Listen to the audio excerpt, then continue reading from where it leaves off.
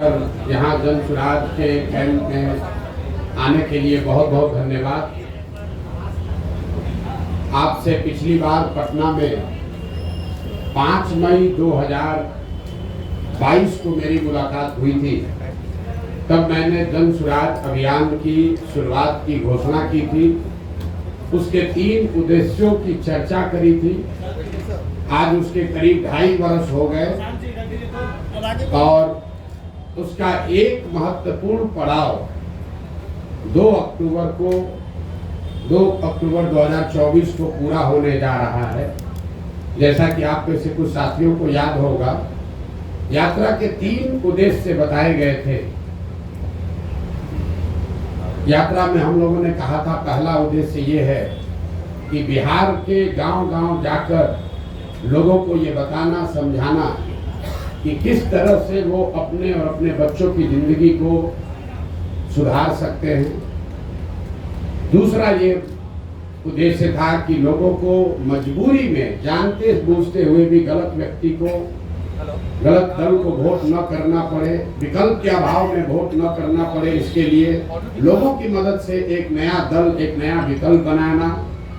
और तीसरा उद्देश्य ये था कि बिहार के विकास के लिए अगले 10 वर्ष में बिहार देश के 10 अग्रणी राज्यों में शामिल हो, इसका ब्लूप्रिंट बनाना और बिहार के 8,500 पंचायतों का, इसको ध्यान रखें, बिहार के 8,500 पंचायतों का अलग अलग योजना बनाकर जनता के सामने रखना कि हर पंचायत की क्या समस्या है और उस पंचायत को अगले 10 वर्ष में विकसित बनाने के लिए क्या कुछ प्रयास किया जा सकता है।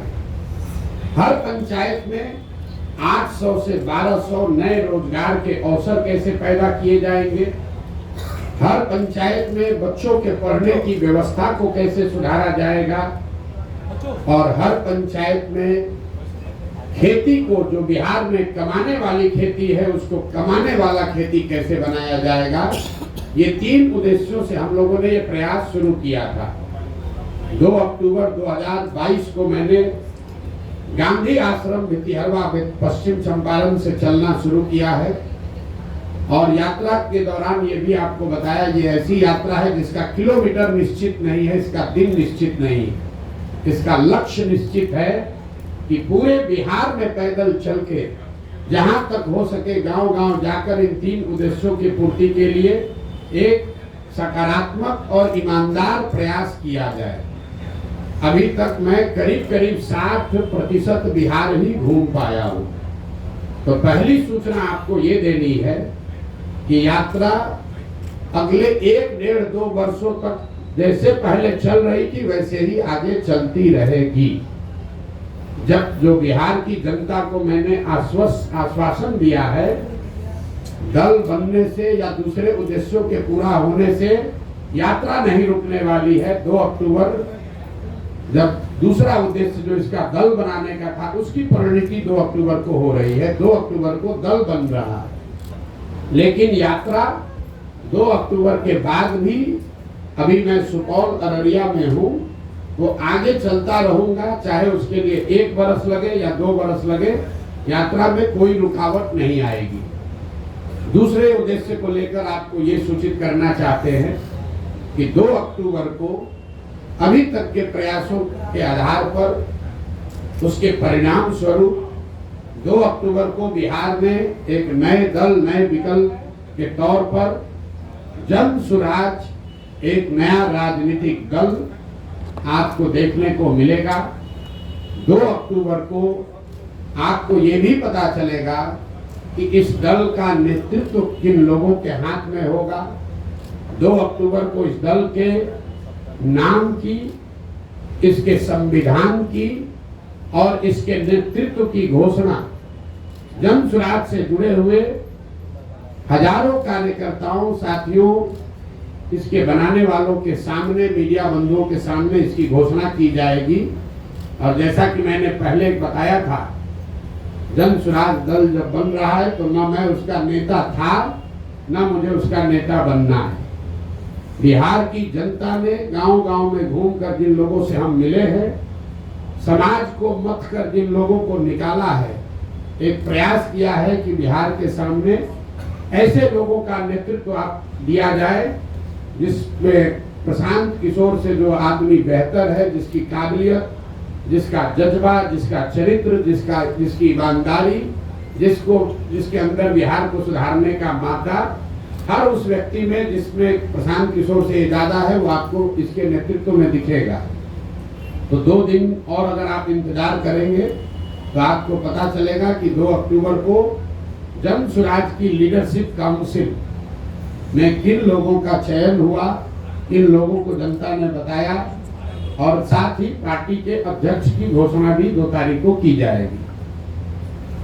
जो मैंने विकास की योजना जारी करने की बात कही है, हर पंचायत की योजना जारी करने की बात कही है, वो इसका तीसरा पड़ाव है जो फरवरी या मार्च में, उस काम को फरवरी मार्च तक पूरा कर लिया जाएगा और पटना के गांधी मैदान से आपके सामने, आपके माध्यम से जनता के सामने, बिहार की जनता के सामने बिहार के अगले 10 साल के विकास का, बिहार के हर पंचायत के विकास का मॉडल और पूरा खाका यहाँ पर रखा जाएगा, जिसमें हम सिर्फ आपको ये नहीं बताएंगे कि बिहार से पलायन रुक जाएगा, आपको ये भी बताया जाएगा कि वो पलायन को कैसे रोका जा सकता है, ताकि उस योजना को आप पढ़ें, उसको देखें, उस पर चर्चा करें, उस पर सवाल उठाएं, और अगर आपको उस योजना में विश्वसनीयता दिखे तभी उसको आप अपनाएं। तो ये फरवरी के अंत या मार्च के पहले हफ्ते में पटना गांधी मैदान में जन स्वराज का, बिहार को सुधारने का जो प्रयास है, जो अभियान है, जो योजना है, जिसको बनाने में बिहार की जनता के साथ साथ गांवों से जो हम लोगों ने जानकारी इकट्ठा की, उसके साथ साथ आपके जानकारी के लिए बता दूं कि देश के करीब देश विदेश में 200 से ज्यादा बड़े बड़े विशेषज्ञ, जिनमें से ज्यादातर लोगों का नाता बिहार से है, वो चाहे अमेरिका में है, ऑस्ट्रेलिया में है, इंग्लैंड में है या देश के अन्य हिस्सों में है, ऐसे 200 से ज्यादा लोगों ने बिहार में होने वाले इस प्रयास में अपना योगदान देना स्वीकार किया है और इस विजन डॉक्यूमेंट को, बिहार की योजना को बनाने में उन्होंने अपना योगदान दिया। तो आपकी उत्सुकता के लिए 3 बातें फिर से समराइज कर देता हूं। प्रशांत किशोर की 2 साल से चलने वाली पदयात्रा पहले की माफिक ही वापस वैसे ही चलती रहेगी। सुपौल और अररिया में मैं हूं और आगे वहां से किशनगंज जाऊंगा, उसके बाद कटिहार, फिर पूर्णिया, फिर भागलपुर, मुंगेर, जमुई होते हुए दक्षिण बिहार के इलाके को कवर किया जाएगा।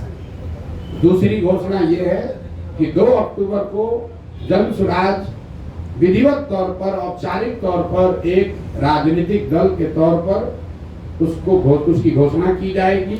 2 तारीख को दल के नेता, संविधान और नेतृत्व की भी घोषणा की जाएगी। उनसे आपको मुखातिब भी कराया जाएगा ताकि आप उनसे सवाल कर सकें, उनकी पृष्ठभूमि की जांच कर सके, और अगर उसमें कोई गलती व्यक्ति आ जाए तो बिल्कुल उस पर टीका टिप्पणी भी करे और हमसे सवाल भी उठाए। और तीसरा जो मैंने आपको बताया कि जब दल बन जाएगा, 6 महीने अभी हमको और लगेंगे, तो बिहार के विकास का जितने लोग सवाल उठा रहे हैं कि प्रशांत किशोर कह रहे हैं, जन स्वराज वाले कह रहे हैं कि 1 साल में पलायन रोक देंगे, तो 1 साल में पलायन के रोकने का पूरा खाका बिहार की जनता के सामने रखा जाएगा कि उस पलायन को कैसे रोका जाएगा। अगर जन स्वराज में हम लोग कह रहे हैं कि 15 साल से कम उम्र के हर बच्चे के लिए अगले 5 से 7 वर्षों में विश्व स्तरीय शिक्षा की व्यवस्था बनाई जाएगी, बिहार को फिर से ज्ञान की भूमि के तौर पर स्थापित किया जाएगा, तो उसका पूरा योजना बनाकर आपके सामने जारी करेंगे। और अभी तक मेरा जो 2 साल का पदयात्रा का अनुभव रहा है और आगे की योजना के बारे में अब आपके जो सवाल है, मैं आपके सामने बैठा हुआ हूं। आप स्वेच्छा से अगले 1 घंटे तक जो कुछ भी सवाल चाहे वो पूछ सकते हैं। आप सबका फिर से बहुत बहुत धन्यवाद। अब आप सवाल कर सकते हैं। प्रशांत जी, आपको धन्यवाद आपकी यात्रा के लिए, आपकी यात्रा के लिए जो सफल यात्रा रही, जो हम लोग देख भी रहे, लेकिन साथ में ये जानना चाहेंगे कि आपका इंटेंशन मुस्लिम की तरफ बहुत बढ़ा हुआ महसूस हो रहा है, मुसलमानों का आपकी तरफ बढ़ा हुआ इंटेंशन लग रहा है, इसमें सच्चाई क्या है? मेरा झुकाव बिहार की जनता के प्रति, बिहार की जनता के प्रति झुकाव है। और बिहार में 18-19% मुसलमान भी रहते हैं, तो मेरा एक पांचवा हिस्सा 20% झुकाव मुसलमानों के लिए भी है। अगर जन सुराज में 100 लोग अगर आकर इसको साथ में बना रहे हैं, तो उसमें 20% मुसलमान की भी भागीदारी, हिस्सेदारी होनी चाहिए। उसमें 35% अति पिछड़ों की भी भागीदारी होनी चाहिए। 19% उसमें दलित भी होने चाहिए। 15% 14% सवर्ण भी होने चाहिए। 15% यादव समाज के लोगों का भी भागीदारी होगी, और बाकी जो समाज है उनकी भी।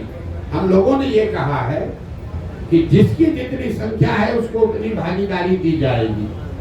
तो पत्रकारों ने ये समझ लिया, ये तो पहले से जो दल कह रहे हैं वही बात प्रशांत किशोर कह रहे हैं। नहीं, आप इस बात को समझ लीजिए, जन सुराज में जगह पाने का एक और एक मात्र क्राइटेरिया है काबिलियत।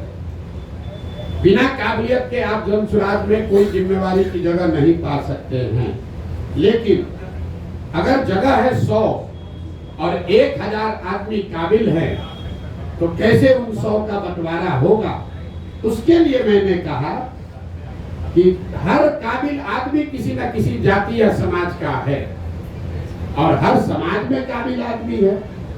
तो जन सुराज का ये प्रयास है कि हर समाज के काबिल आदमी को ढूंढ कर निकाला जाए, और उस समाज की जितनी संख्या है उस समाज के उतने काबिल लोगों को जन सुराज में शामिल किया जाए।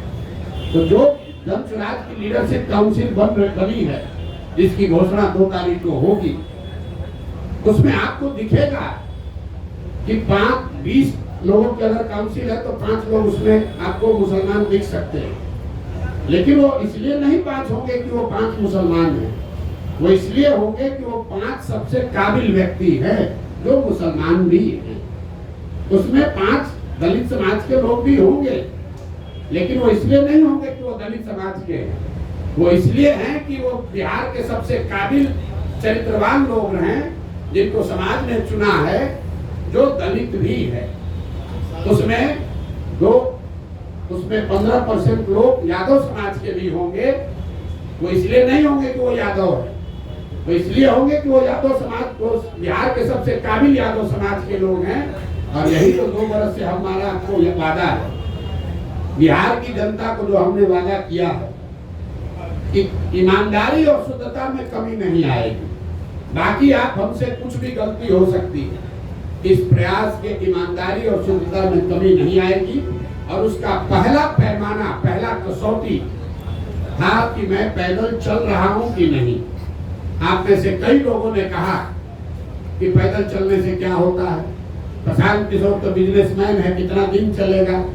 लेकिन मेरा बड़ा से बड़ा विरोधी भी ये नहीं कह सकता है कि 2 साल से मैंने ईमानदारी से अपना चलना पूरा किया है कि नहीं। गांव में ही रहे हैं, गांव में चले हैं। और इसी बिहार में जहां मुखिया बन जाने के बाद भी आदमी कहने लगता है कि हमको बहुत, हमारे जान पर खतरा है। बिहार में जान का खतरा है, बिना बाहुबल के राजनीति नहीं कर सकते हैं। आप में से जिन लोगों ने भी जन सुराज की यात्रा देखी है, इतनी बड़ी व्यवस्था है, लेकिन इसमें एक सिपाही और हवलदार ना पहले दिन था, ना आज है, ना आगे होगा।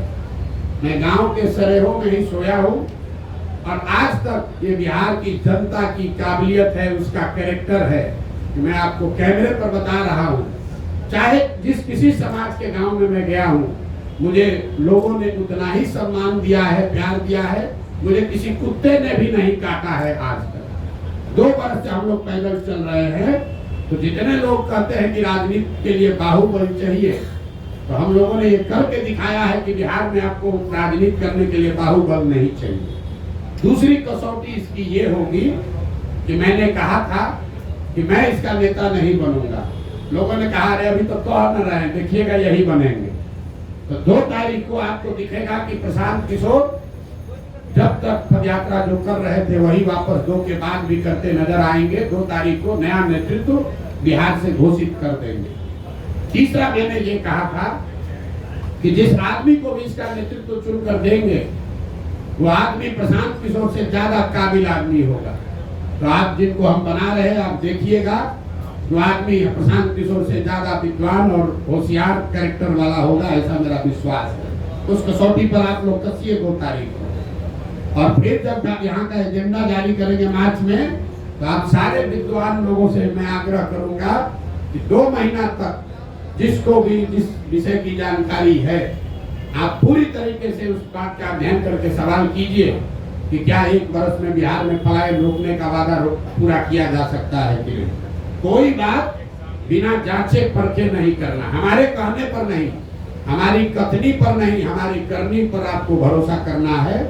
अगर उस करनी के द्वारा हम आपका विश्वास अर्जित कर पा रहे हैं तो बात को उसका समर्थन कीजिए।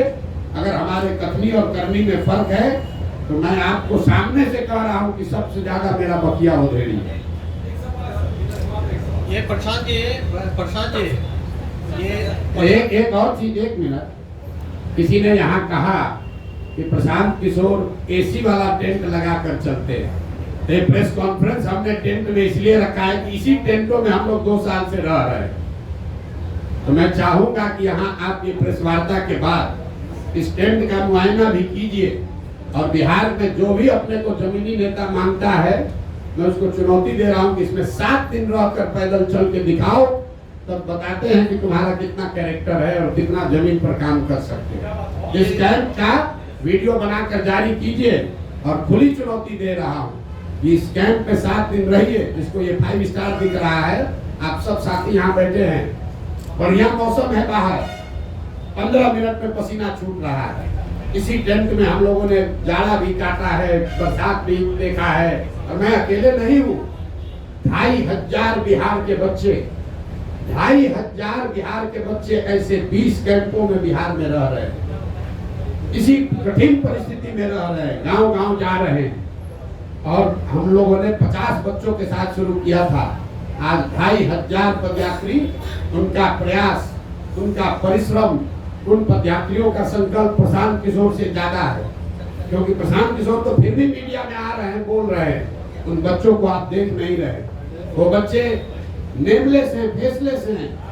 2500 बच्चे अपना घर परिवार छोड़कर रात दिन इन कैंपों में रह रहे हैं। और नेता यहाँ पटना में बैठ के कहता है प्रशांत किशोर एसी के टेंट में रहता।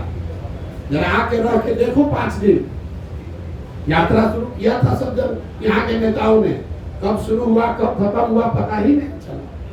ये प्रशांत जी, ये प्रशांत जी राजनीतिक रणनीतिकार सलाहकार से आप बिहार की बात किए, उसके बाद जन स्वराज अभियान आपने चलाया, तो आप बता रहे हैं कि नेतृत्व किसी और को सौंपेंगे। तो वैसी स्थिति में प्रशांत किशोर की जन स्वराज में आगे क्या भूमिका रहेगी, किस तौर पर वो जाने जाएंगे?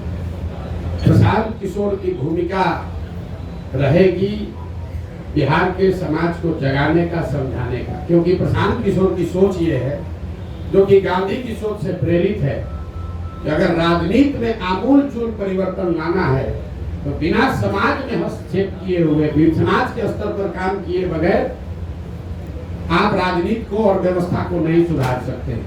ऐसा नहीं है कि प्रशांत किशोर कहीं जा रहे हैं। हमारी सबसे बड़ी चुनौती क्या है? आप लोग सवाल क्या पूछते हैं? बात तो अच्छी है, प्रयास तो अच्छा है, समाज मानेगा तब न, जाति टूटेगा तब न। तो सबसे बड़ी चुनौती जो है समाज को मनाने समझाने की, वो चुनौती, वो काम प्रशांत किशोर के कंधे पर है। लेकिन अगर समाज मान जाए तो उसके सामने अच्छे व्यक्तियों का विकल्प हो, वो भी जरूरी है। अच्छे व्यक्तियों का विकल्प हम आपको सामने दे रहे हैं, लेकिन समाज को जगाने का, समझाने का जो काम है, गुरु काम है, वो काम प्रशांत किशोर का है और उसी भूमिका में हम आगे भी रहेंगे। देखिए, एक अंतिम बात इस पर कहता हूँ। गांधी जी, महात्मा गांधी देश में कांग्रेस में सिर्फ एक ही बार जीवन में अध्यक्ष बने। गांधी जी जीवन भर कांग्रेस के अध्यक्ष नहीं थे, लेकिन इसका मतलब नहीं है कि गांधी जी का कांग्रेस पर प्रभाव नहीं था। ऐसा नहीं है कि गांधी जी कांग्रेस का अध्यक्ष रहे और जब अध्यक्ष नहीं रहे तो कांग्रेस और आजादी की लड़ाई छोड़कर दूसरे के हवाले करके चले गए। उन्होंने उन लोग, लेकिन ये जरूरी है कि सिर्फ एक आदमी से नहीं होगा। और प्रशांत किशोर बिहार का एकमात्र काबिल आदमी नहीं है।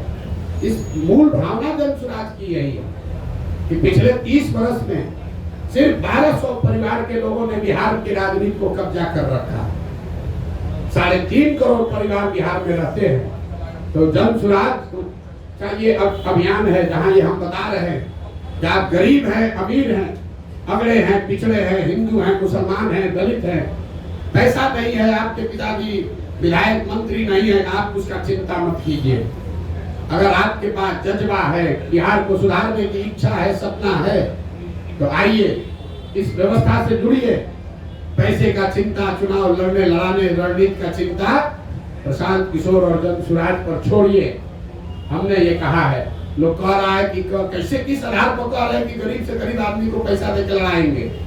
मेरे भाई, गरीब को पैसा देकर लड़ाने की बात कह रहे हैं तो आपको गलत लग रहा है, और आप पैसा लेकर चुनाव लड़ाते हैं तो आप सही अपने को बता रहे हैं। तो हम बिहार की जनता पर छोड़ते हैं कि किसका विकल्प सही है।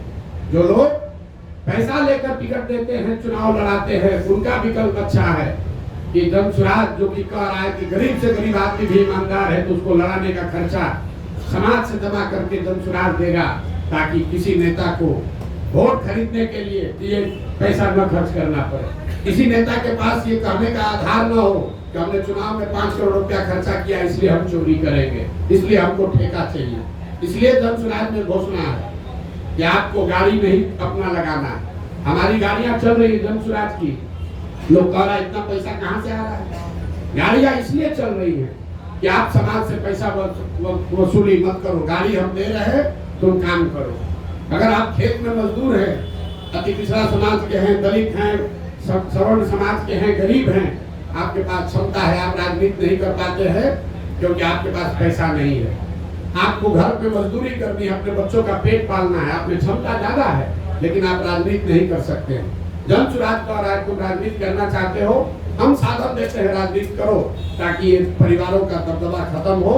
धर्म के आधार पर, जात के आधार पर जो लोग ठेकेदारी कर रहे हैं, ठेकेदारी कर रहे हैं, इनका वर्चस्व खत्म किया जाए। प्रशांत जी, आप अच्छे लगता है, अच्छे सामाजिक कार्यकर्ता हम लोग देख रहे हैं, चौथा उपलब्ध है जेपी के बाद, हमें लगता है कि आप कुछ कीजिएगा बिहार में। ये बताइए नीतीश जी में क्या खूबी और खराबी हो गई जो आप लोग को छोड़ दी है, और आप ही तो लाए थे उसको? नहीं, नीतीश जी को हम नहीं लाए थे। नीतीश जी को 2005 में बिहार की जनता लेकर आई थी। आपका ये सवाल ठीक है कि जिस बिहार में हमने नारा दिया बिहार में बहार हो, नीतीश कुमार हो, आज हम उनके विरोध में क्यों खड़े, ये जायज सवाल है। 2000 जहां बैठे हुए हर व्यक्ति और आपके जरिए बिहार की जनता को ये बताना चाहते हैं कि 2014 के नीतीश कुमार और 2024 के नीतीश कुमार में जमीन आसमान का फर्क है। 2014 में जिस नीतीश कुमार की हमने मदद की थी, उसकी छवि बिहार में सुशासन बाबू की है, ऐसे प्रशासक की है जो बिहार को सुधारने के लिए प्रयास कर रहा है।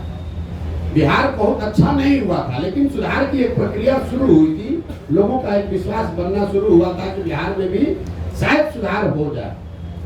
आज जिस नीतीश कुमार का मैं विरोध कर रहा हूँ, वो नीतीश कुमार है जिसके लिए गांव-गांव में लोग कह रहा है कि भैया बिहार में लालू का जंगल राज, अपराधियों का जंगल राज देखे थे, ये नीतीश का जो राज है ये अधिकारियों का जंगल राज है।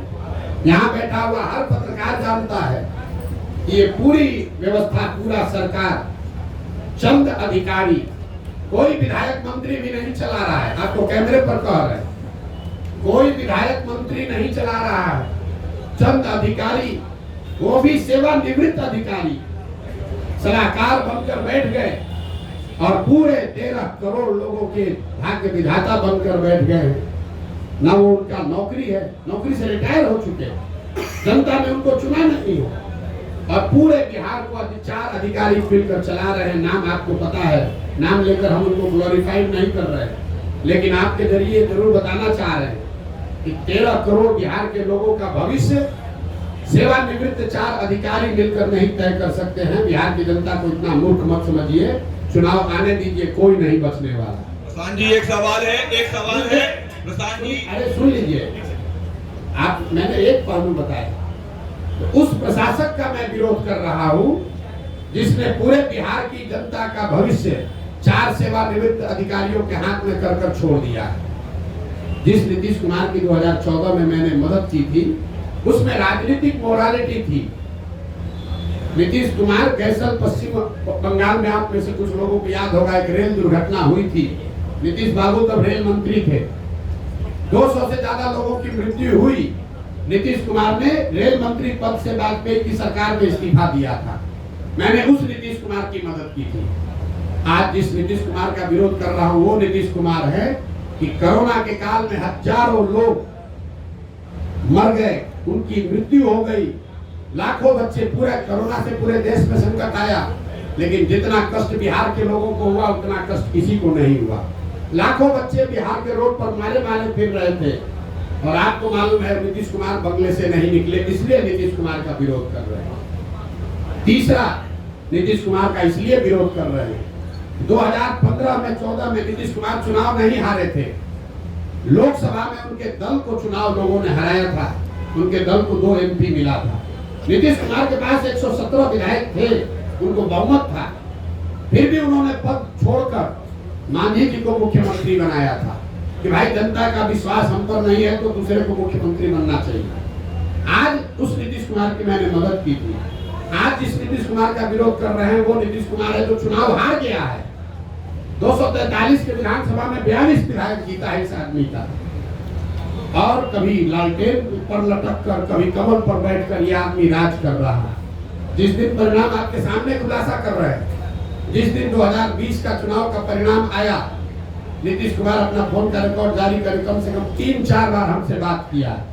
इस शख्स ने 3-4 बार हमसे बात किया।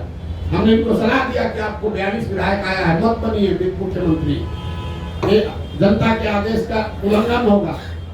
6 बजे तक आप लोगों को भी जानकारी होगा, शाम में 6 बजे तक कहते रहे नहीं बनेंगे, 6:30 बजे फिर वही जाकर मुख्यमंत्री बन गए। इस नीतीश कुमार का विरोध कर रहा हूं। तो अच्छे प्रशासक का समर्थन किया था, नैतिकता वाले राजनेता का समर्थन किया था, बिहार को सुधारने वाले व्यक्ति का समर्थन किया था। जिसका विरोध कर रहा हूं वो उसका विरोध है जो कि जिसकी एक ही प्राथमिकता बची है, किसी भी तरीके से फेविकॉल लगाकर कुर्सी पर बैठे रहो, बिहार का जनता का जो होता है होने। आपने कहा कि आपका जो मुकाबला है वो NDA से है, RJD को आप कोई मुकाबला नहीं मानते हैं, तो क्या आपको नहीं लगता कि कहीं आपका ये बयान आप पर बैकफायर भी हो सकता है, क्योंकि कहीं ना कहीं एक खास वोट बैंक पर आपकी भी नजर है अगर इस स्टेटमेंट को हम देखें तो? नहीं, आप ये भाई इसके लिए कोई आपको बहुत ज्ञानी होने की जरूरत नहीं है।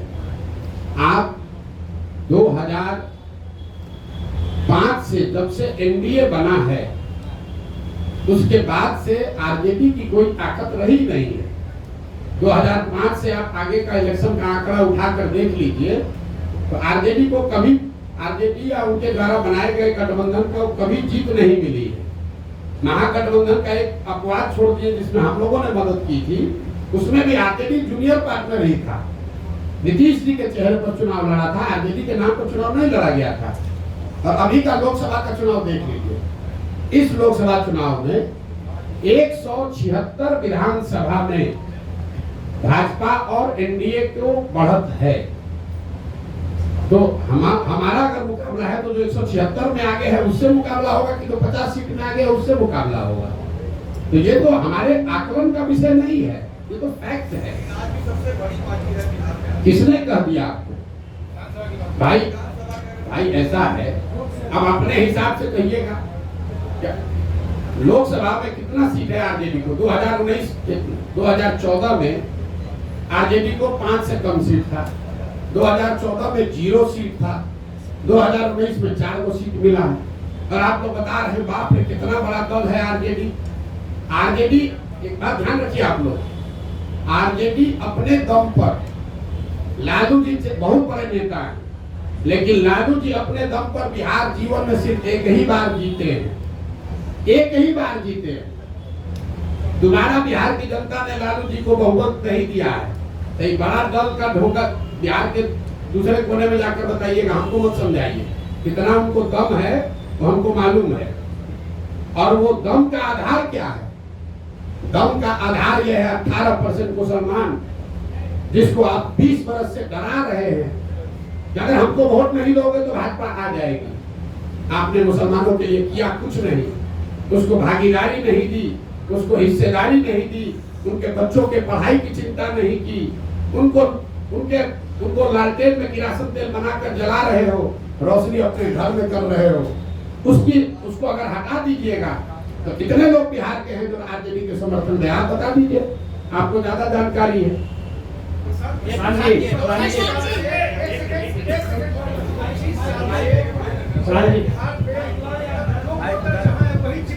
जी 25 साल से जो वोटर जहाँ है वही चिपका हुआ है, या तो आदमी को वोट दे रहा है या फिर नीतीश जी का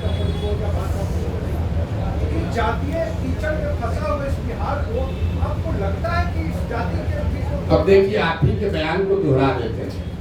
आपने कहा कि 25 बरस से बिहार का वोटर एक ही जगह चिपका हुआ है। अब आंकड़ों से बिल्कुल ये उलट बात आप कह रहे हैं। 2014 से पहले भाजपा यहाँ पर कोई उसका वजूद नहीं था। 14 में भाजपा नीतीश कुमार से अलग हटकर अपना गठबंधन बनाकर 30 से ज्यादा MP जीत गया, तो कैसे वोटर चिपका हुआ? 84 में इसी बिहार की जनता ने कांग्रेस को पूर्ण बहुमत दिया, 89 में जनता दल को जिताया, 95 में लालू यादव को जिताया, 2000 के बाद लालू जी और किसी को गठबंधन नहीं दिया, 2014 में मोदी को जिताया, 2019 में 40 में 39 सांसद एनडीए को जिता दिया, इस बार फिर 30 दिया है। और आप कह रहे हैं कि भाजपा वोटर कीचड़ में फंसा हुआ है। अगर कीचड़ में फंसा होता तो लालू जी कांग्रेस 84 के बाद से यहाँ 0 पर कैसे आ जाती? लालू जी 54 में 53 MP जीतने वाले 0 पर कैसे आ गए? नीतीश कुमार 25 MP को 2 MP पर कैसे जनता ने उतार दिया? आप एक मिनट, अरे आइए, आपकी बात पर आ रहे हैं। पहले तो अपना जानकारी ठीक कर लीजिए कि बिहार में स्टैटिक है, ये ऊपर से चीजें स्थिर दिखती हैं। समंदर को दूर से देखिएगा तो बड़ा स्थिर दिखेगा, नजदीक जाकर गहराई से देखिएगा तो आपको करंट फील होगा। बिहार वो भूमि है जहां 10 बरस में पूरी राजनीतिक व्यवस्था पीछे बदलती रही है। लालू जी का वर्चस्व 90 के दौर में रहा, 2000 आते आते लालू जी का वर्चस्व खत्म हो गया। 80 के दौर में कांग्रेस थी, 90 के दौर में लालू थे, 2000 के दौर में नीतीश कुमार हैं, 2010 के दौर में भाजपा और मोदी हैं। हर 10 बरस में परिवर्तन हुआ, आप उसको देख नहीं रहे। दूसरा, आपने कहा जाति पर वोट पड़ा है, तो आप हमको बताइए, इस बार 30 को सीट मिला है एनडीए को। ज्यादातर लोगों का आकलन है कि नीतीश कुमार का तो नहीं है, मोदी के नाम पर वोट पड़ा। आप में से जो समझते हैं कि बिहार का हर आदमी जाति पर ही वोट देता है, तो जरा गिन कर बताइए कि मोदी जी के जाति का कितना आदमी बिहार में रहता है? मोदी के जाति के कितने लोग बिहार में रहते हैं? भाजपा का, मोदी का गुनाह ये है कि जिस बिहार को जातिवादी समाज कहकर लोग हंसते हैं, अनपढ़ कहते हैं, हम लोग को बेइज्जत करते हैं, उस समाज ने जातियों से ऊपर उठकर गुजरात के एक लड़के को राजा बनाया। लेकिन मोदी जी ने पिछले 12-15 साल में बिहार के विकास के लिए हमने खुली चुनौती दे रखी है 2 साल से। एक दिन अगर मोदी जी ने बिहार के विकास के लिए एक बैठक किया हो, काम का छोड़िए, अगर आप लोग सब पत्रकार हैं, आपको भी बता रहे हैं, अगर 12-15 साल में मोदी जी ने, अगर आपने कोई खबर छापी हो कि मोदी जी ने बिहार के विकास के लिए, बिहार में शुगर मिल चालू करने के लिए, या बिहार में इंडस्ट्रियलाइजेशन के लिए, या बिहार में पलायन रोकने के लिए मोदी जी ने आज बैठक बुलाई है दिल्ली में, आप हमको खबर दिखा दीजिए। और ये सारे प्रयास के बाद हम जन स्वराज का अभियान वापस लेकर एनडीए का समर्थन कर देंगे, आप दिखाइए। लेकिन जिस समाज ने जाति धर्म सब भूल कर मोदी को जिताया, उस मोदी ने बिहार की चिंता नहीं की। जैसे, एक मिनट पूरा समझ लीजिए, बिहार के बर्बादी के जो दोषी हैं वो लालू और नीतीश है, लेकिन इसके असली गुनाहगार कांग्रेस और भाजपा ही है। ये क्यों कह रहा हूं मैं? लालू और नीतीश ने बिहार में सत्ता चलाया है, बिहार की जनता ने उनको एक एक बार जीवन में, लालू जी को 1995 में और नीतीश जी को 2005 में एक एक ही बार मत दिया। लेकिन लालू जी जंगल राज 15 साल इसलिए चला पाए कि चंद सांसदों के लालच में कांग्रेस के लोगों ने बिहार और बिहार के बच्चों का भविष्य लालू के हाथ में गिरवी रख दिया। और जो गलती कांग्रेस ने की वही गलती आज भाजपा कर रही है। ये भाजपा वो दल है जो पूरे देश में, इसके लिए हम लोग कहते हैं कि दूसरे का दल को तोड़कर सांसद विधायक खरीद के सरकार बनाता है। बिहार में उसका 80-75 विधायक है, नीतीश का 43 है, लेकिन यहाँ सरकार नहीं बनाया। यहाँ नीतीश को बैठा दिया है ताकि हमको 12-15 MP मिलता रहे। तो भाजपा ने भी वही गलती की है जो कांग्रेस ने किया।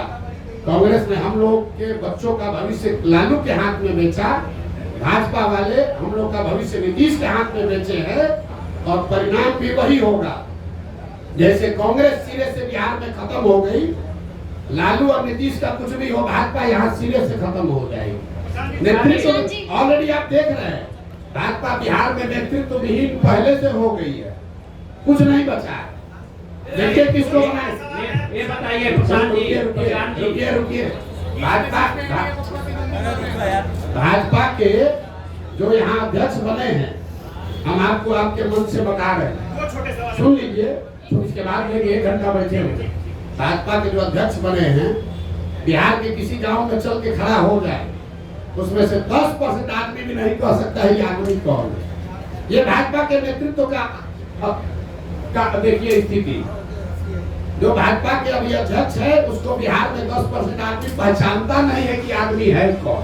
अब भाजपा उनके जरिए बिहार सुधारना चाहती है, ये दिखाता है। यही काम कांग्रेस ने किया था, उन्होंने अपने नेतृत्व को खत्म करके लालू के हवाले कर दिया।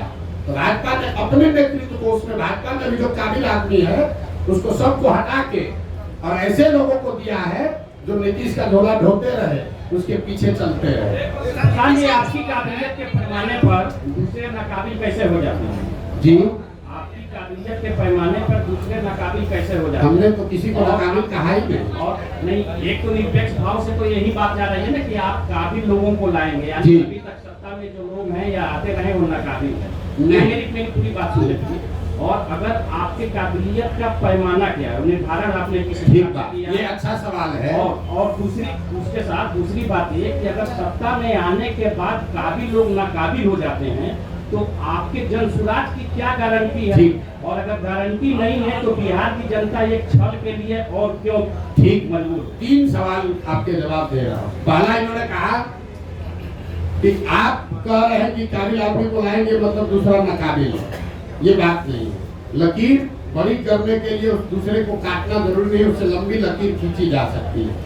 तो जिसको जन स्वराज का नेतृत्व दे रहे हैं, इसका पहला पैमाना ये है कि उस आदमी को आप जो जन स्वराज का अध्यक्ष बनेगा, यहाँ पर 3 बड़े पार्टियों के 4 बड़े पार्टियों के अध्यक्ष पहले से हैं। भाजपा के अध्यक्ष दिलीप जायसवाल जी हैं, जदयू के अध्यक्ष उमेश कुशवाहा जी हैं, आरजेडी के अध्यक्ष जगदानंद जी हैं और कांग्रेस के अध्यक्ष अखिलेश जी हैं। जन स्वराज का जो अध्यक्ष बनेगा उसको खड़ा कर दीजिए और 5 के सामने उसकी काबिलियत, उसका डिग्री, समाज में नजरिया और किसी भी विषय पर आप उससे बहस करा दीजिए, खुद तय कर लीजिए कि उसमें काबिल कौन है। काबिलियत का पैमाना समाज है। दूसरी बात आपने कही कि ये इसकी क्या गारंटी है कि जन स्वराज का आदमी, अगर काबिल आदमी भी गलत बन जाए।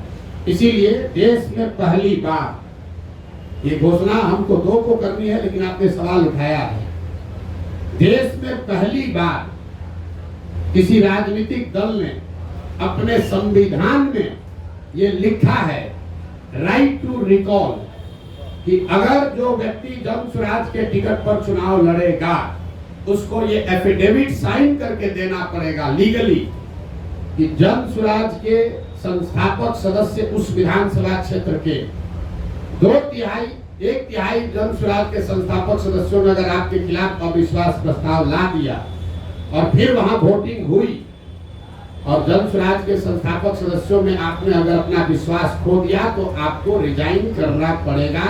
ये एफिडेविट देने के बाद ही आप जन स्वराज से लड़ पाएंगे। इस बात को हम लोग जन सुराज अपने संविधान में लिख रहा है। तीसरा और अंतिम सवाल कि जन सुराज पर भरोसा क्यों करें? ठीक बात है, ये अच्छा सवाल। जन सुराज पर भरोसा इसलिए करें कि पहले से जो लोग यहाँ पर हैं वो एक्सपायर मेडिसिन है। आपने उसको जांच लिया, परख लिया, जानते हैं कि ये दवा काम नहीं करती। मान लीजिए कि आपके घर में कोई बीमार पड़ गया, भगवान न करे, और उसको कोई ऐसी बीमारी हो गई कि सुधर ही नहीं रही है। डॉक्टर ने दवा दिया, हर तरह का दवा दे दिया, वो सुधर नहीं रहा है। आपने कहा डॉक्टर साहब इससे क्या होगा, अब तो नहीं सुधर रहा। डॉक्टर ने कहा भाई एक नई दवा आई है, उसका पूरा प्रमाण तो नहीं है, लेकिन 20% 40% संभावना है ठीक हो सकती है, लेकिन कुछ खतरा भी हो सकता है। आपका अगर आदेश हो, अगर आप सहमत हो तो हम एक बार ट्राई करके देखते हैं। आप क्या कहिएगा? अपने परिजन को बचाने के लिए आप क्या कहिएगा कि जो 3 दवा जिसको आपने ट्राई कर लिया, जिसका फायदा नहीं हुआ, उसी पर रखिएगा, या कहिएगा कि ना भाई इतना डॉक्टर साहब 20% संभावना है, लेकिन नया दवा आया है, इसको ट्राई कीजिए, शायद हमारी किस्मत, दुआ, भगवान का आशीर्वाद शायद लग जाए। तो जन सुराज जो 3 जिन दलों से हम लड़ रहे हैं वो एक्सपायर मेडिसिन है। जनता ने उसको 30 बरस देख लिया, परख लिया, जान लिया, ये नहीं सुधार सकता है। जन सुराज नया प्रयास है, इससे सुधार हो भी सकता है, शायद नहीं भी हो सकता, लेकिन शायद हो भी सकता है। तो ऊपर वाले की दुआ रही तो निश्चित तौर पर बिहार की जनता वो रिस्क लेगी। और एक अंतिम बात, हमारा अपना मानना है कि सबके जीवन में कभी न कभी सवेरा आना है। बिहार के 13 करोड़ जनता के भविष्य में भी कभी न कभी तो सुधार भगवान ने, ऊपर वाले ने लिखा होगा। हम लोग तो निमित्त मात्र हैं। हम तो पहले भी ये हमको समझ थी, हमने पहले प्रयास क्यों नहीं किया? प्रयास हम तब शुरू किए हैं जब ऊपर वाले की मर्जी हुई है। हम 1% है, ऊपर वाला 99% है। मेरा ये विश्वास है कि 13 करोड़ बिहार के लोगों का जीवन भी कभी सुधरना भगवान ने तय किया होगा, और शायद जन सुराज वो निमित्त है, वो रास्ता है जिसके जरिए वो सुधार हो पाएगा। मेरे दो छोटे सवाल, उनके भी 2 छोटे हैं, आपके भी 2 छोटे हैं।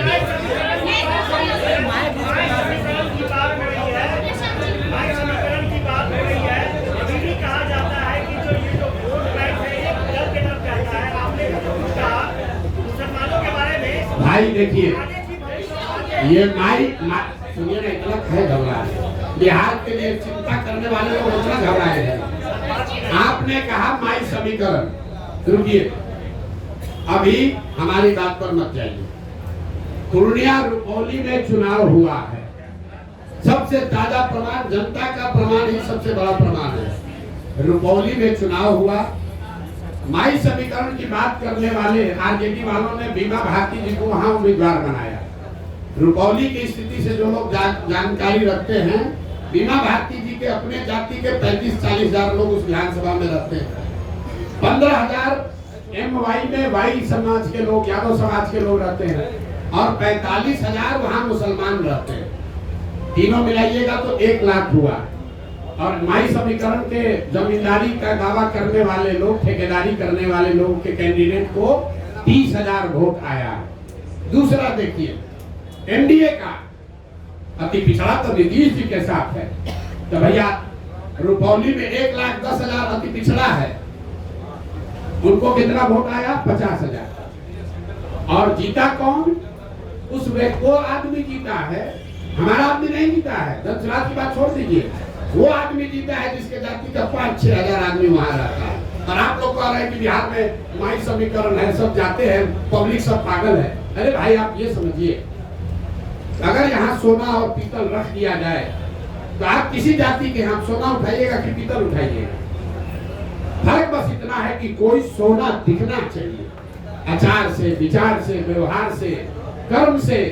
अगर आप सोना दिखेंगे तो समाज का कोई भी ऐसा वर्ग नहीं है, कौन नहीं चाहता है कि उसका बच्चा अच्छा पढ़े, कौन नहीं चाहता है कि उसके बच्चे के शरीर पर कपड़ा हो, कौन नहीं चाहता है कि उसके बच्चे को पलायन नहीं करना पड़े। हाँ, अब ये जिम्मेवारी हम पर है, जनसुराज पर है कि हम वो तप तपा कर सोना दिखे, वो विश्वास अर्जित करें। और मैंने कहा है कि अगर 3 वर्ष में विश्वास अर्जित नहीं कर पाए तो 5 वर्ष चाहे और चलना पड़े, 10 वर्ष प्रयास करना पड़े, हम पीछे नहीं हटने वाले। जब तक समाज को ये विश्वास न दिला दें तब तक ये प्रयास रुकेगा नहीं। बिहार को सुधारे बगैर मानने वाले नहीं हैं, चाहे 2 वर्ष लगे कि 10 वर्ष लगे।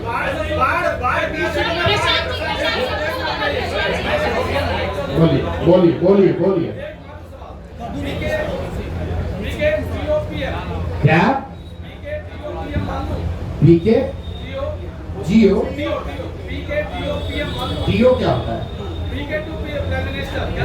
मेरे भाई, बिहार कहाँ से कहाँ सवाल आप करते हैं। हमने दल नहीं बनाया है, हम पूरी बात अपने बिहार के लिए। अगर हम अपने जीवन में, मेरे जीवन का भी हम 10 साल में अपना जीवन जीते। 10 साल हम संयुक्त राष्ट्र संघ में थे, 10 साल जो हमने काम, और जब संयुक्त राष्ट्र संघ में बुलंदी पर थे, जब वहाँ बुलंदी पर थे, 35 वर्ष के उम्र में संयुक्त राष्ट्र संघ में मुकाम हासिल कर लिए, तब हमने उसको छोड़ा और छोड़कर 10 वर्ष जो काम किया, जिसको आप चुनावी रणनीतिकार प्रबंधन कहते हैं, 2011 से 2021। और जब हम उस काम में चुनावी प्रबंधन रणनीतिकार जिसको आप कहते हैं, उसमें बुलंदी पर थे, तो 2021 में उस काम को छोड़ दिए। अब मेरा अगले 10 साल का जीवन का एक ही लक्ष्य है, बिहार को देश के 10 अग्रणी राज्यों में शामिल कराना है।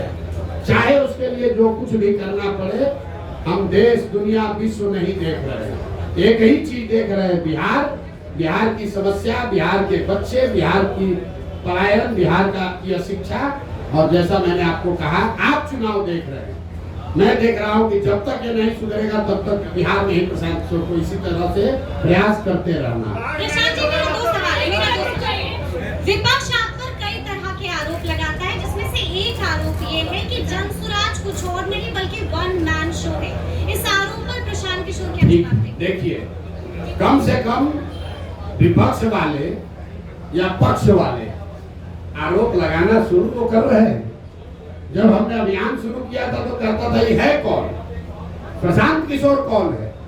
किसी ने हमको व्यापारी कहा, तो हमने मंच पर कहा, कैमरे के सामने कहा, हाँ व्यापारी हैं, सामान बेचने आए हैं, अपना विचार बेचने आए हैं, लोगों को माथा पर टोकरी लेकर घर घर घूम रहे हैं, ये विचार बेच रहे हैं कि जाति धर्म नाली गली का छोड़ो, अपने बच्चों की चिंता करो, ये विचार बेचने आए हैं। तो ये तो मान रहा है ना विपक्ष वाला कि प्रशांत किशोर को बेचने आता है। तो हम ये विचार घर घर बेच कर आए हैं कि एक बार जीवन में नेताओं की बच्चों की चिंता छोड़ दो, अपने बच्चों की चिंता कर लो, ये विचार बेचने आए। तो आज अभी पहली बार, आप लोग ध्यान नहीं दे रहे, पहली बार देश में ऐसा हो रहा है कि जो सत्ता में है और जो विपक्ष में है, दोनों के राजनीतिक कार्यकर्ता छोड़कर वहां जा रहे हैं जो अभी दल ही नहीं है। आप इसको जरा आकलन करके देख लीजिए। राजनीतिक कार्यकर्ता तो वहां जाता है जहां सत्ता है या सत्ता आने की संभावना है।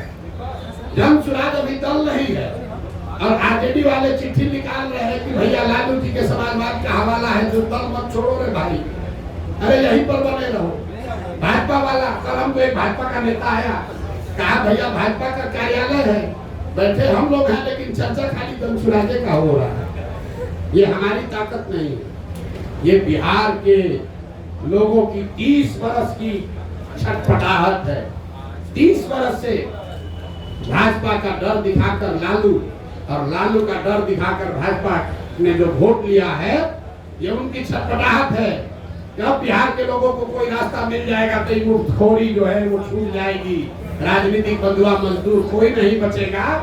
यही अभियान है, इसीलिए छटपटाहट और घबराहट है। प्रशांत जी, एक बड़ा खतरा बनकर उभरे, एक छोटा सवाल प्रशांत जी, आप एक बड़ा खतरा बनकर उभरे हैं, तो कईयों ने आपको भी संपर्क करने की कोशिश की होगी, तो प्रशांत किशोर के रोज भाई कितनों का कॉल आया है, किसका कॉल आया? ऐसा है, प्रशांत किशोर को बिहार में प्रयास करने की जरूरत नहीं है हमको लोगों को संपर्क करने के लिए। देश में कौन ऐसा नेता दल है, आप लोग सब पत्रकार हैं, कौन ऐसा दल और नेता है जो सोचेगा कि प्रशांत नहीं सोचेगा कि प्रशांत किशोर को अपने साथ रखें। भाई भूमिका हमको चाहे कुछ भी दे, इतना तो जरूर चाहेगा प्रशांत किशोर हमारे साथ रहे। तो यहाँ जब चुटपुटिया नेता को जिसको 5000 वोट आ जाता है वो सौदा कर सकता है, तो आपको कैसे लग रहा है कि हमारे पास ऑफर नहीं आ रहा है? हमको लोग प्रलोभन नहीं दे रहे, डर नहीं दिखा रहे, लेकिन हमने जो वादा किया है कि 243 मतलब 243, 242 नहीं होगा। और चुनाव के बाद अगर 130-35 सीट भी आ जाए, ये भी कैमरे पर कहा, तो प्रशांत किशोर उसको अपनी व्यक्तिगत हार मानेंगे कि मेरे प्रयास में कमी रह गई, हम बिहार को लोगों को नहीं समझा पाए। हमारे लिए आंकड़ा 122 नहीं है, मुकम्मल जीत होनी चाहिए, तभी मानेंगे कि हमारा ये प्रयास सफल हुआ। 130-135 सीट अगर जनसुराज को आया तो प्रशांत किशोर की जनसुराज की इस प्रयास की हार होगी। प्रशांत जी, इसी से जुड़ा हुआ सवाल है कि आपका आकलन बहुत सटीक रहा है, पिछले कई चुनाव में देखा गया है, और आप कहते रहे कि इस चुनाव में बिहार में या तो अर्थ पे या तो फर्श पे जी। तो अभी आपका आकलन क्या है, कितने सीट जनसुराज लेकर आई? और इसी से जुड़ा हुआ सवाल है, अगर 10, 15, 20 सीट बच जाते हैं बहुमत से, उस स्थिति में जनसुराज क्या करेगा? फिर से चुनाव में जाने के लिए बिहार की जनता को धकेल देगा? 130 आएगा ना, आप कहे 10-15 कम रह जाएगा। हमने 15 बढ़ा दिया, और पहले इंटरव्यू में बहुमत से 15 ज्यादा, बहुमत से 15 ज्यादा आएगा तो भी उसको हम अपनी हार मान लेंगे, और आपको मौका दे देंगे कि बना लीजिए। ये कह रहे हैं, आपको स्पष्टता से कह रहे हैं, फर्श पर या फर्श पर। हाँ, अगर हमारे प्रयास की ईमानदारी में, शुद्धता में ताकत है, तो या तो बिहार की जनता अपने और अपने बच्चों का मुस्तकबिल बदलने के लिए हमको जनसुराज को बैठाएगी, और अगर उसको समझ में नहीं आया तो कोई बात नहीं है, 5 वर्ष की और तपस्या जारी रहेगी। प्रधान जी एक सवाल आपके जवाब से एक सवाल निकल के आ रहा है। आप कह रहे हैं प्रशांत जी नहीं, हाँ, आप कह रहे हैं कि 130 सीट भी आएगा तो हम हार मान लेंगे, सरकार नहीं बनाएंगे। आप बोल रहे हैं, ये कहाँ का है दूसरा लाइन? अपने से अपना लाइन बनाते हैं।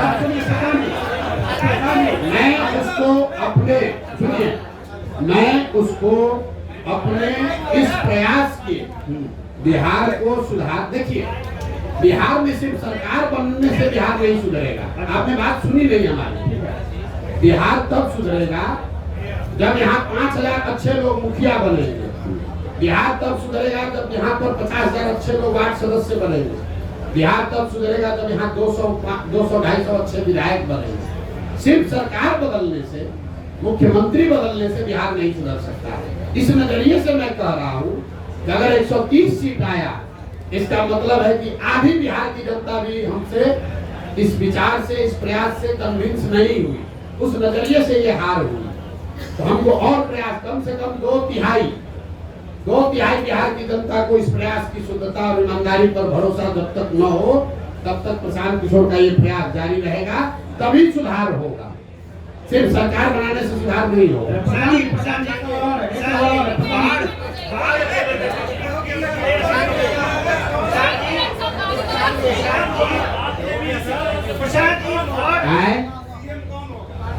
देखिए, हमने जो शुरुआत किया तो आपको बताया कि दल होगा, तो आप कहे कौन होगा? हम बोले जनसुराज होगा। फिर बोला दल का नेता कोई होगा, हमसे काबिल होगा। तो आपने फिर पूछा कौन होगा? तो हमने कहा हमसे काबिल होगा, 2 तारीख उसका नाम चेहरा देख लीजिएगा। फिर आपने कहा कि आपका एजेंडा क्या होगा? तो हमने आपको कहा गांधी मैदान से जारी करेंगे, उसको पढ़ के संतोष कर लीजिएगा। उसके बाद जारी ये भी करेंगे कि सीएम कौन होगा। एवरेस्ट पर चढ़ना है तो एक कदम भी चढ़ना पड़ेगा। एक ही बार रस्सी बांध कर एवरेस्ट पर नहीं पहुंच सकते हैं। पहुंचने की कोशिश कीजिएगा, गिर जाइएगा, रास्ते में खराब होगा।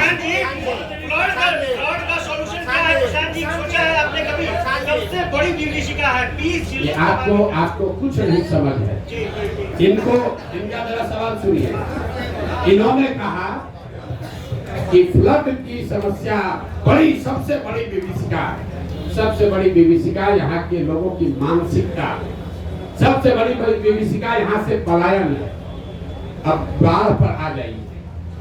अगर आप ध्यान से देखेंगे 50% यहाँ जमीन ऐसी है बिहार में जहाँ फ्लड का रिस्क है। 30% जमीन ऐसी है जहाँ परमानेंट जल जमाव है और करीब 25 से 27% ऐसी जमीन है जहाँ सूखा है। अगर आप बिहार को भौगोलिक तरीके से देखेंगे तो जो उत्तर के तराई वाले जिले हैं, चंपारण, पश्चिमी चंपारण, पूर्वी चंपारण, शिवहर, सीतामढ़ी, मधुबनी, दरभंगा, सुपौल, अररिया, किशनगंज, ये जो ऊपर के तराई वाले एरिया हैं, यहाँ पर बाढ़ और बाढ़ के साथ साथ नदियों के कटाव का मामला है। जो मध्य के जिले हैं, गोपालगंज, सिवान, छपरा, वैशाली, समस्तीपुर, खगड़िया, बेगूसराय, इन जिलों में जब आप चलिएगा गांव-गांव तो आपको बाढ़ से ज्यादा जल जमाव की समस्या दिखेगी। हर पंचायत में, प्रखंड में हजारों एकड़ जमीन ऐसी है जहां पानी परमानेंट लगा रहता है। और जब गंगा के आप दक्षिण में आते हैं, जिसको आप दक्षिण बिहार कहते हैं, यहाँ पर सूखे की समस्या है, पानी नहीं पहुंच रहा है। तो जल स्वराज का जो विजन डॉक्यूमेंट जारी होगा उसमें आप बाढ़ पर कार्यक्रम नहीं देखेंगे। उसमें आप वाटर ग्रिड की बात देखेंगे कि जहां बाढ़ है, जहां जल जमाव है और सूखा, इन तीनों का एक integrated plan, Kosi plan, Gandak plan नहीं, सोन कैनाल नहीं, एक इंटीग्रेटेड प्लान हो जिसमें बाढ़, जल जमाव और सूखे को एक तरीके से एक बार एड्रेस किया जाए। उसका पूरा खाका आपके सामने रखेंगे, उसको देखिए, पढ़िए, समझिए। और आधा बाढ़ का जो समस्या है तो इंजीनियरों और ब्यूरोक्रेट्स के कमाई के लिए खुद किया हुआ है। आप गांव देहात में चलिए, लोग हमको बता रहे हैं भैया जो ठेकेदार है वही जाके बांध में छेद करवाता ताकि कटे, बाढ़ नियंत्रण के नाम पर पैसा आए और उसमें लूट किया जाए। तो हमको फ्लड कंट्रोल नहीं करना है, हमको यहाँ जल जो यहाँ का अभिशाप बना हुआ है इसको बिहार की एक बड़ी ताकत में परिवर्तित करना है। और एक अंतिम बात, चाइना ने आज से सैकड़ों साल पहले ये करके दिखाया। उन्होंने नदियों का ग्रिड बनाकर बाढ़, सूखे और जल जमाव की समस्या का समाधान निकाला है। बिहार के लिए भी ये व्यवस्था कई लोगों ने कई रिपोर्टों में ये चीज पड़ी हुई है, किसी ने वैसा प्रयास नहीं किया है। तो जन स्वराज का प्रयोग, बाढ़ रोकने के लिए कोई विजन नहीं है। जल प्रबंधन, जल का समुचित उपयोग कैसे हो, बाढ़, जल जमाव और सूखे से परमानेंट छुटकारा कैसे हो, इसका विजन डॉक्यूमेंट आपको गांधी मैदान से जारी करेंगे। और हम चाहेंगे कि आप उसको पढ़िए जरूर। पढ़िए, सवाल कीजिए।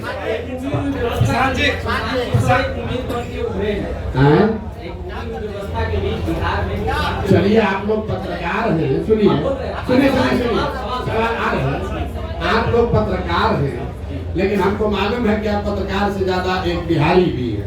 और आप सवाल कुछ भी कीजिए, सुनिए, सवाल कुछ भी कीजिए।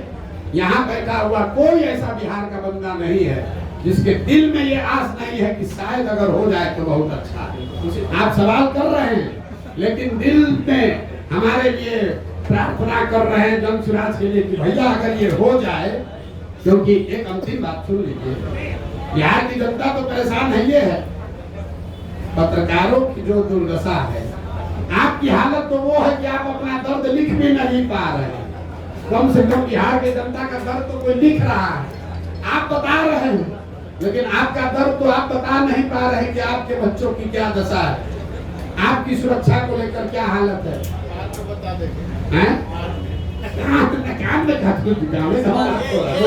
सवाल पूछिए। तो सबसे ज्यादा पत्रकार लोग चाह रहे हैं, जैसे समाज का हर वर्ग चाह रहा है वैसे पत्रकार भी चाह रहा है कुछ सुधार हो। जो सरप्राइज पैकेज है, हम जो कह रहे हैं कि बहुत सारे लोग ऐसे आपको जन स्वराज में दिखेंगे जिसको आपने सोचा नहीं था कि भी राजनीति में आ सकते हैं। तो उसमें पत्रकार लोग भी शामिल है। बिहार में कितना पत्रकार राजनीति में आने जा रहा है आपको पता नहीं है। प्रशांत जी, महात्मा गांधी जी का तस्वीर लगाए हुए हैं, विचारों पर चलने की बात करते हैं। और ये नशा मुक्ति उनका महत्वपूर्ण ये बातें थी। शराबबंदी पर आपका बयान आया था, वो वायरल हुआ कि शराबबंदी को हटा देंगे, उसमें सुधार की बातें नहीं की और उसको सीधे तरीके से गांधी को आप कितना पढ़े लिखे समझते हैं? ये प्रसाद जी गांधी जी ने ये बात ये महत्वपूर्ण समझ इसी लीजिए। से रिलेटेड एक ये सवाल है आपसे। नशा आप एक नीतीश जी भी गांधी जी को अपना आदर्श मानते हैं, आप भी अपने गांधी जी को आदर्श मानते हैं। नीतीश जी बापू का हवाला देके और आधी आबादी का हवाला देके शराबबंदी लागू बोल रहे उसी पर बोल रहे। पहली बात कि जितने लोग भी यहाँ गांधी के नाम पर शराबबंदी की पर सवाल कर रहे हैं, गांधी जी ने शराबबंदी को, नशा मुक्ति को सामाजिक प्रयास के तौर पर बताया है। गांधी जी ने ये नहीं कहा कि कानून बनाकर शराबबंदी लागू किया जाए। और हम 2-3 बरस से कह रहे हैं बात, जिसको भी अपने गांधी के जानने पर दम हो वो आकर हमको बताए, समझाए कि गांधी जी ने ये कहाँ कहा है कि कानून बनाकर शराबबंदी लागू किया जाए। दूसरी बात, शराबबंदी का अगर मान लो कुछ फायदे हैं भी, मान लो एक बार तो शराबबंदी लागू होगा तब ना फायदा होगा। बिहार में शराबबंदी कहाँ है? बिहार में शराबबंदी के नाम पर शराब का दुकान बंद है, होम डिलीवरी चालू है।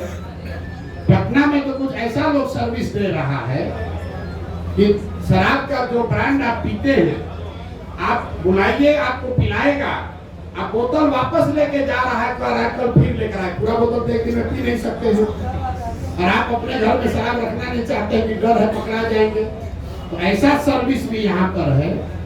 आपको बता रहे हैं, आपको हमसे ज्यादा जानकारी होगा। शराब का बोतल लेकर आता है, जितना पैक पीना है पीजिए, बोतल ले जाएगा और अगले दिन फिर आपके सामने लाके बोतल खोलकर फिर देखेगा कि अभी आप ही वाला बोतल है, पूरा पेमेंट किए हुए। नीतीश सुनिए, नीतीश कुमार के इर्द गिर्द बैठे हुए सारे लोग खुद ही शराब पीने वाले लोग, तो क्या बताएंगे? शराबबंदी की बात कर रहे हैं, हमने कहा है, इसको ध्यान रखिए, शराबबंदी से बिहार का हर वर्ष 20,000 करोड़ रुपया का नुकसान हो रहा है। जन स्वराज का विजन ये है कि शराबबंदी को हटाया जाए और ये 20,000 करोड़ रुपया जो मिले वो बजट में न लिया जाए। उस जैसे हम लोग रोड बनाने के लिए 50 पैसा सेस देते थे, उसी तरह शराब से आने वाले टैक्स के पैसे को बजट में न लिया जाए, उस पैसे को अगले 20 वर्ष तक सिर्फ और सिर्फ बिहार के बच्चों के पढ़ाई के लिए खर्चा किया जाए, तो शराबबंदी से अगले 12-15 वर्ष में 5 लाख करोड़ रुपया हम लोग जमा करने जा रहे हैं। आप बताइए, ये होम डिलीवरी वाला शराबबंदी से समाज का फायदा है कि शराब की बिक्री भले हो, रेगुलेटेड हो, और उससे 5 लाख करोड़ रुपया इकट्ठा कराकर एक बच्चों को पढ़ाने के लिए विश्व स्तरीय व्यवस्था बना दी जाए, वो होना चाहिए। बिहार की जनता को तय करने दीजिए। हम पहले व्यक्ति हैं और एकमात्र राजनीतिक दल है जो कह रहा है कि शराबबंदी 15 मिनट में उठाकर फेंक देंगे। लोगों ने कहा महिला वोट नहीं देगी, न देती हो तो न दे। हम गलत नहीं बोलेंगे, गलत नहीं बोलेंगे। लोगों ने कहा भूमि सुधार का बात कीजिएगा, सवर्ण वोट नहीं देगा। हम सामने से कह रहे हैं भूमि सुधार लागू किया जाएगा। अभी जो सर्वे हो रहा है ये भूमि सुधार नहीं है। भूमि सुधार और जमीन के सर्वे में फर्क है। हम सरकार पर भी टीका टिप्पणी बहुत नहीं करते हैं, लेकिन आप लोग जितना राजनीतिक आकलन कर रहे हैं, ये कल किसी परसों पत्रकार ने बताया हमको, और उन्हीं का शब्द आपको कोट कर रहे हैं कि 3S, शराबबंदी, सर्वे और स्मार्ट मीटर, ये 3 आखिरी कील है नीतीश कुमार के राजनीतिक ताबूत में। ये सिरे से इनको साफ कर देगा। ये जो सर्वे शुरू कराया है, हर अंचल में लोग बता रहे हैं खतियान निकालने के लिए, अपना खतियान निकालने के लिए लोगों को 5,000-10,000 रुपया लग रहा है। जब से सर्वे शुरू हुआ है, प्रखंड के स्तर पर लोग बता रहे हैं कि 50 लाख से 1 करोड़ रुपया की वसूली हो चुकी है। शराबबंदी का यही हालत है, हर प्रखंड से करोड़ों रुपया शराब माफिया और भ्रष्ट अफसर कमा रहे हैं। और स्मार्ट मीटर में गरीब के गले को दबाकर उसके घर में कहा जा रहा है तुम अंधेरे में रहो, लेकिन स्मार्ट मीटर स्वीकार करो। ये तीनों एस नीतीश कुमार के राजनीतिक ताबूत का 3 कील है जो इनको पूरी तरीके से खत्म कर देगा। अभी रोके हैं ना सर्वे, कम है तो जरा सर्वे करके दिखा ले। हमने सबसे पहले कहा कि 6 महीने में घर घर में झगड़ा होगा, गांव में गोली चलेगी। ये आदमी सर्वे भूमि सुधार नहीं है। जब लैंड का रिकॉर्ड कहीं आपके पास नहीं है, आप लोगों से क्यों मांग रहे हैं कि वंशावली बना के लाओ? सरकार के पास खुद लैंड का रिकॉर्ड नहीं है, रजिस्टर 2 कॉम्प्रोमाइज्ड है, उसमें हेर फेर हुई है, उसको फाड़ दिया गया, उसमें घोटाला किया गया, पैसा लेकर आपके नाम का दूसरा नाम कर दिया। अनिता कुमारी है तो कुमारी में मुंह पर इंक गिरा दिया, डिस्प्यूट खड़ा हो गया। तो जब सरकार को खुद नहीं पता है कि किस जमीन का मालिक कौन है, तो कैसे लोग ये प्रमाणित करेंगे कि यह जमीन उनका है? बहुत बहुत धन्यवाद भैया आप सबका आने।